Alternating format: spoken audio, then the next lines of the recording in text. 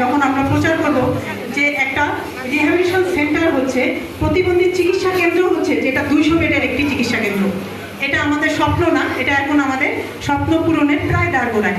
সুতরাং এটা আমাদের জন্য আরেকটা নতুন গর্ব, নতুন ক্রেডিট খুব শীঘ্রই তৈরি হচ্ছে।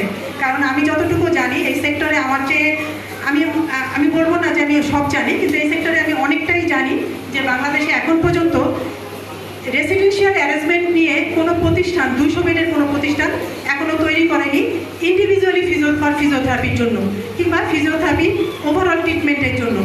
কয়েকটা সেক্টরে হয়তো আমরা একটু পিছিয়ে আছি, কিন্তু যখন আমাদের স্পেস বাড়বে, আমাদের অ্যাকোমোডেশন বাড়বে, আমরা খুব শীঘ্রই এটা একটা কম্প্রিহেন্সিভ রিহ্যাব সেন্টারে পরিণত করব।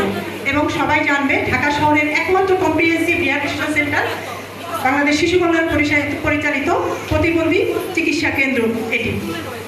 এটা আমার বলবো যে ফিউচার ভিশন কিংবা মিশন। যদি আমি এখানে থাকি হয়তো ইনশাল্লাহ দেখে যাব, অথবা যদি জীবিত থাকি, যেখানেই থাকি, এটা আমরা দেখে যাব।